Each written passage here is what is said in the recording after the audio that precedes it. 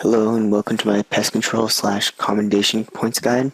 This guide is mainly focused on receiving Commendation Points and the Void Armor, but we'll go over the basics of Pest Control. There are some requirements. To get to the Pest Control Island, you must have a combat level of at least 40. For the Intermediate Lander, you have to have at least combat level of 70.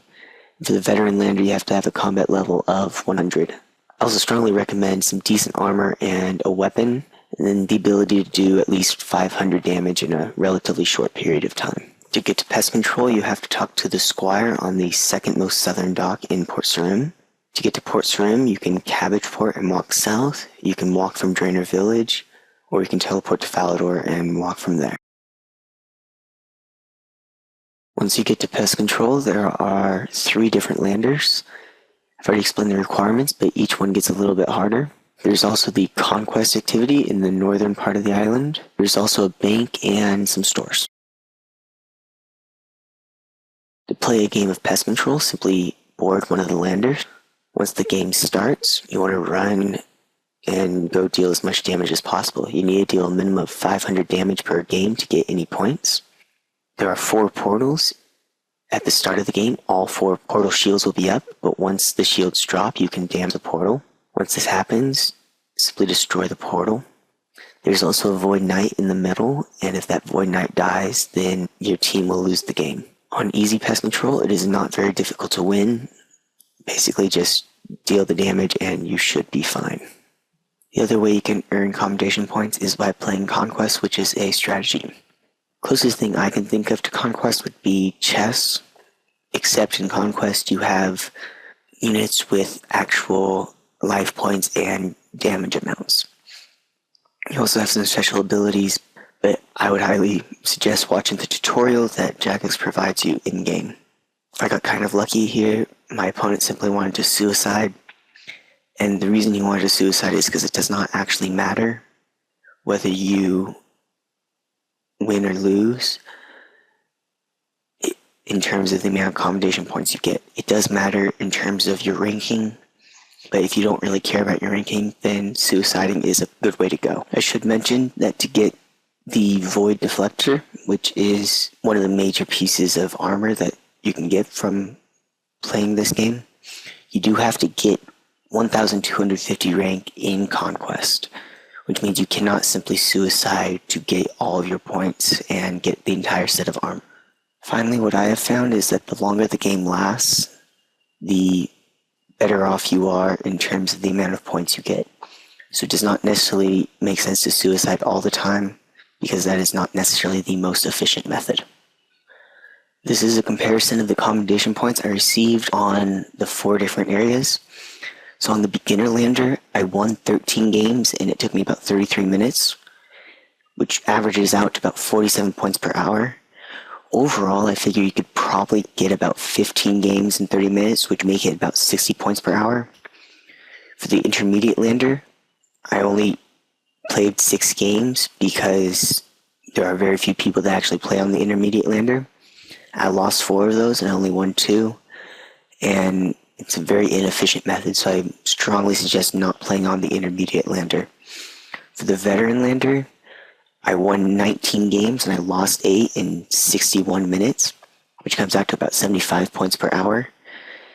Using the same thing of 15 games per 30 minutes, you could actually earn about 120 points per hour if you manage to do that.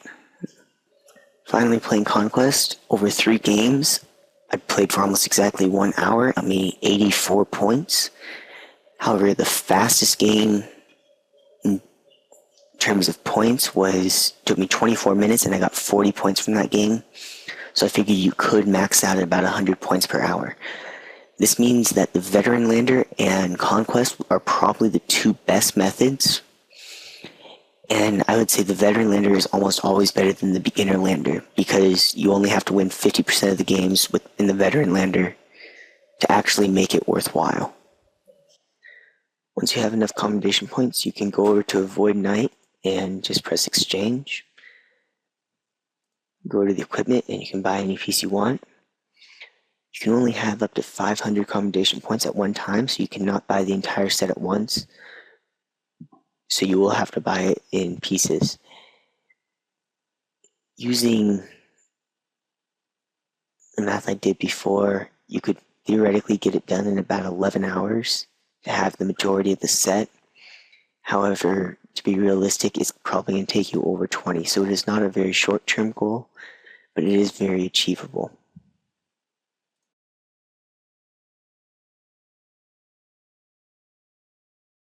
So as you can see, I do have full void, including elite void. The reason people want void at all is because it gives percentage bonuses based on whatever helm you're wearing related to the attack style. So for example, with the melee helm and 3 other pieces of void armor, and it can be any 3 pieces, so you could have the gloves, legs, and deflector, or it's whatever. With the melee helm, you get a plus 10% attack and damage bonus. With the mage helm, you get a plus 30% mage attack bonus. It's not a damage bonus, so it's not useful for that.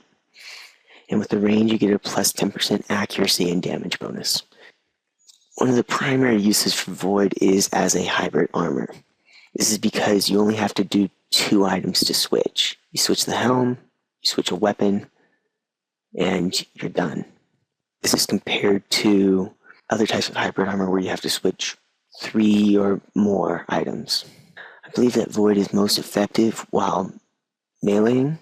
This is because when you look at void, it doesn't actually have any attack bonuses. This is what also makes it a great hybrid armor. But when you look at melee armor, it doesn't give any attack bonuses. Almost your entire attack bonus comes from your melee weapon, which as you can see for a chaotic longsword is quite large.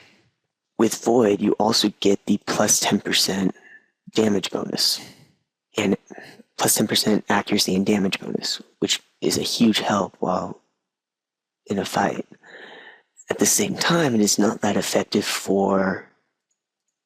as range armor. As you can see, range armor actually gives a range attack bonus itself, and so does mage armor. This makes respective range and magic armor almost more effective by itself. However, one common setup with void is to use a combination type setup.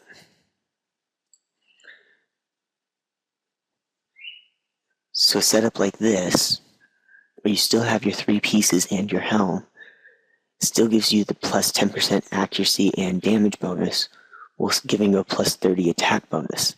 Adding a weapon would also make it much higher. Similarly with mage, you could do that as well. One area I find void very useful for is tormented demons.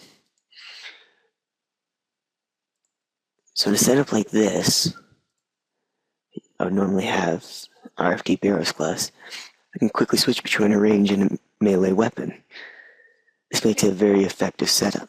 Other uses for it include, in a setup like this, just doing the plus 10% damage bonuses for something like training.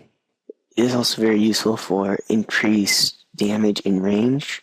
You'll see max players using void to get their maximum hits, and it is also useful for accuracy in magic. One common use for void would be at something like water fiends, where you're collecting charms. If you're not on a Slayer task, void can be very useful because it does have that plus 10% bonus.